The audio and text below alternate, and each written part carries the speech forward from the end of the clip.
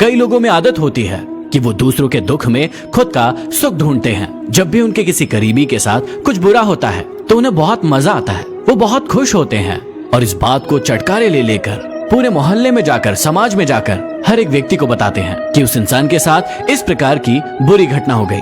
जब कोई लड़की प्रेम विवाह कर लेती है या अपना घर छोड़कर चली जाती है तो यही वो लोग होते हैं जो हर घर में जाकर इस बात के बारे में मजे ले लेकर लोगों को बताते हैं। जब श्री राम को वनवास हुआ था तो मंथरा भी बहुत खुश हुई थी।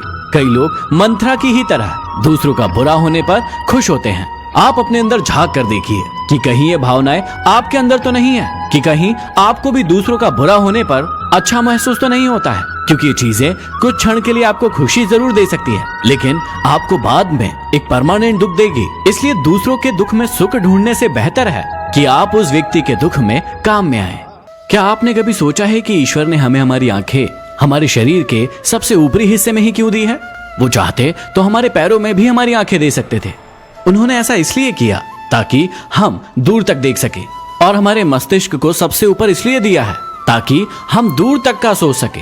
लेकिन कुछ मूर्ख लोग होते हैं जो अपने वर्तमान के लाभ को देखने के चक्कर में दूसरों के साथ धोखा करते हैं, उनके साथ ईर्ष्या रखते हैं, बैर करते हैं और लालच की भावना रखते हैं। लेकिन इस बात को समझिएगा कि इससे वो वर्तमान में थोड़ा लाभ जरूर ले लेंगे, लेकिन भविष्य में उन्हें बहुत ज्यादा नुकसान ही पहुंचेगा। आपने महान लोगों के बारे में जरूर सुना होगा कि वो भविष्य देख सकते हैं, लेकिन वाकई में ऐसा नहीं होता है।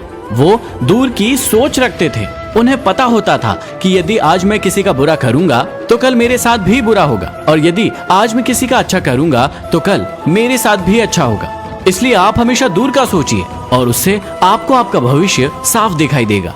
क्या आपने कभी सोचा है कि मकड़ियां जाले क्यों बनाती है? वो जाले इसलिए बनाती है ताकि उन जालों में छोटे छोटे से कीट पतंगों को फंसाकर उन्हें अपना भोजन बना सके। लेकिन बाद में यही जाले उस मकड़ी की मृत्यु का कारण बनते हैं। जब आप देखते हैं कि घर में जाले लग गए हैं तो आप उन जालों को साफ करने के साथ ही साथ उन मकड़ियों को भी मार देते हैं। लेकिन वहीं पर जब एक चिड़िया अपने बच्चों को जन्म देने के लिए घोंसला बनाती है तो क्या कोई व्यक्ति उस घोंसले को तोड़ता है? बिल्कुल नहीं।